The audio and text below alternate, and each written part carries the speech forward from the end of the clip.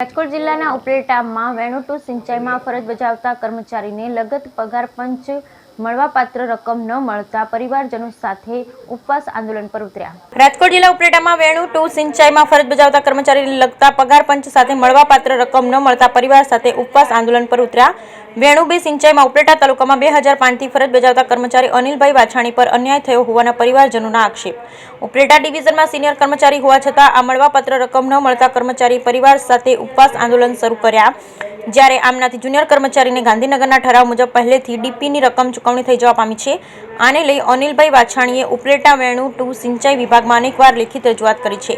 સિંચાઈ કર્મચારી અનિલભાઈ વાછાણીના કહેવા મુજબ કોઈપણ અધિકારીએ હજુ સુધી તેમને સંતોષકારક જવાબ આપ્યો ન હોવાનો કર્યો આક્ષેપ।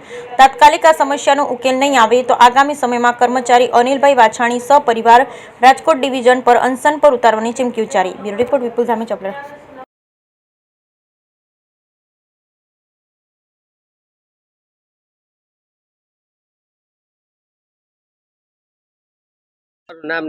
મારું નામ અનિલભાઈ કાંતિભાઈ વાછાણી। હું ઉપલેટા તાલુકાના વેણુ બે સિંચાઈ યોજનામાં નોકરી કરું છું 2005 થી, અને હું ઉપવાસ આંદોલન ઉપર બેઠો છું। મારી માગણી મને સંતોષકારક મળતી નથી તે માટે, અને મેં અનેક વખત રજૂઆતો કરેલી તો મને એમ કહે છે કે તમને મળે નહીં, તમને મળવા પાત્ર છે નહીં।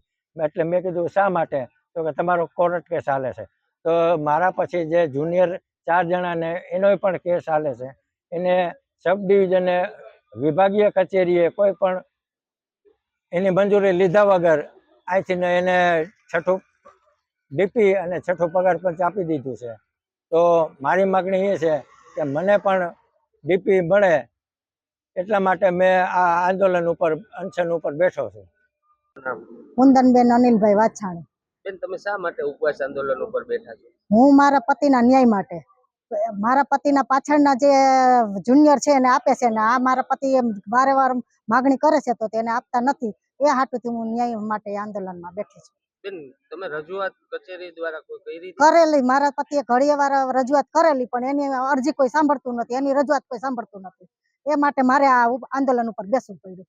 બરાબર છે, તો હવે શું માગણીઓ છે? મારે પતિને આ છઠ્ઠું પગાર પંચને ડીપી મળવું જોઈએ, મારો એ માગણી છે, ને અમારે એ આગામી સમયમાં જો માગણીઓ સ્વીકારવામાં નહીં આવે તો આનાથી કોઈ આગળની સમયમાં નહીં માગવા આવે તો હું ઉપર રાજકોટ સબ ડિવિઝનમાં આંદોલનમાં બેસીશ।